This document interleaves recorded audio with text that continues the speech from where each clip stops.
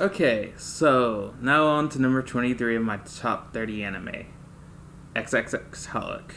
An anime that I started watching a few years back, and I rather enjoyed it, and have enjoyed it more and more as the years go by. And first, I'll go into the characters, and I gotta say, the four main characters of this anime provide the core entertainment of the entire show. Their relationships and the secrets behind some of their characters give them a much appreciated depth. Like, you'd be surprised how deep some of these characters are. The supporting cast is fun, if a little underdeveloped. Like, you might be a little confused on some of the characters, but overall they're really good, and some are rather well developed. I enjoyed both the English and Japanese dubs of the show, as I had to watch the first season with the English dub on Netflix, but then they didn't have another English dub, so I watched the Japanese dub for the rest of it, and I rather enjoyed it, like I said. As for the animation for this anime is done by Clamp, and I actually like their style. The animation is never too jarring at moments, and from my memory anyway, it flows nicely throughout the anime. It's good for the quiet moments, which this anime has a lot of, and it's actually pretty good for the more action-focused moments of the anime, which don't happen often, but when they do, they're a breath of fresh air. Not so that the rest of it isn't good, but it's just a nice mix-up.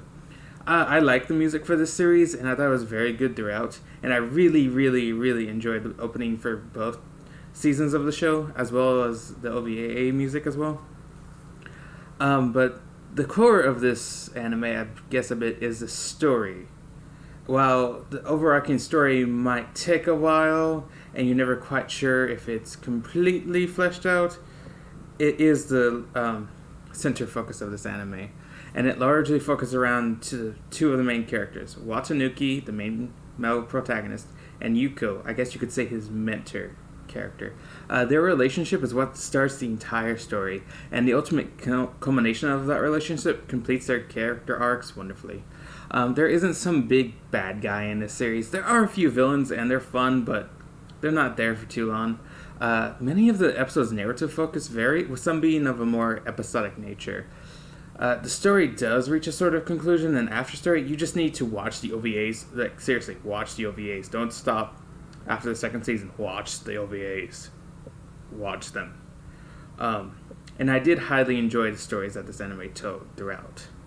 Overall, I would say this anime is pretty good. Like I said before, I watched this on Netflix like several years ago, and then I finished the non-dub second season about 2.5 years ago. And for a while there, it was a decent part of my anime viewing experience, and for that, and also for the fact that it's actually pretty good, I feel like it more earns its place at number 23 on my list. And other than that, I'll see you later.